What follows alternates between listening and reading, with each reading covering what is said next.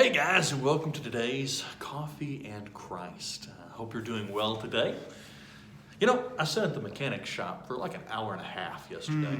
And, I didn't have a lot to do, so I watched the TV. You just can't help but get sucked in sometimes. It was a History Channel episode, and it was looking at the iconic epic battle that has existed for generations between Pepsi and Coke. Well, we know who wins that battle.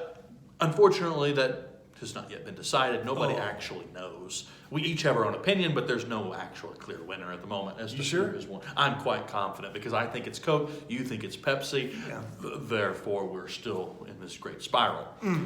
But one of the things that I thought was interesting about this documentary is it looked at the great efforts that both soda companies went to prove that their product was better. You had the Pepsi challenge of see if Pepsi is better than Coke.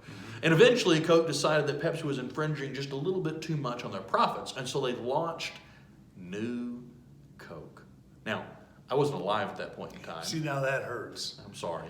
But my understanding is, from those who were, and from those who've told me, that New Coke was just not any good at all. It tasted a lot like Pepsi. That's unfortunate. So eventually, Coke went back. Thus, the great battle of which is better and which is best continues to rage to this very day.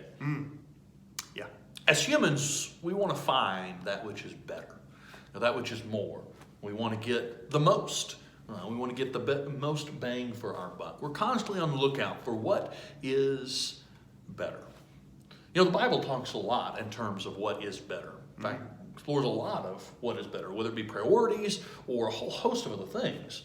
But at the end of the day, what the Bible keeps coming back to is that God or Jesus is better.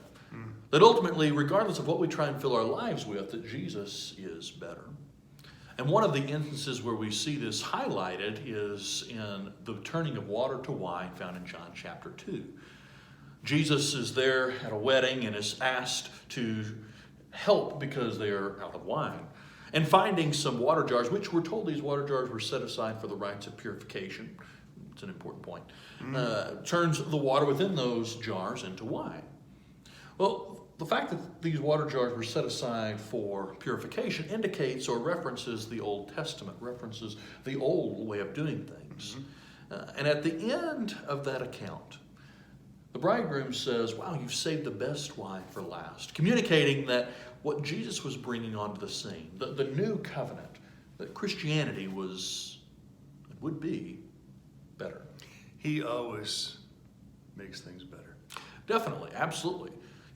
Despite what we try and fill our lives with, we are constantly on the lookout for what is better. And we try a whole host of different things. But the reality is that at the end of the day, Jesus is better and will always be better than anything else.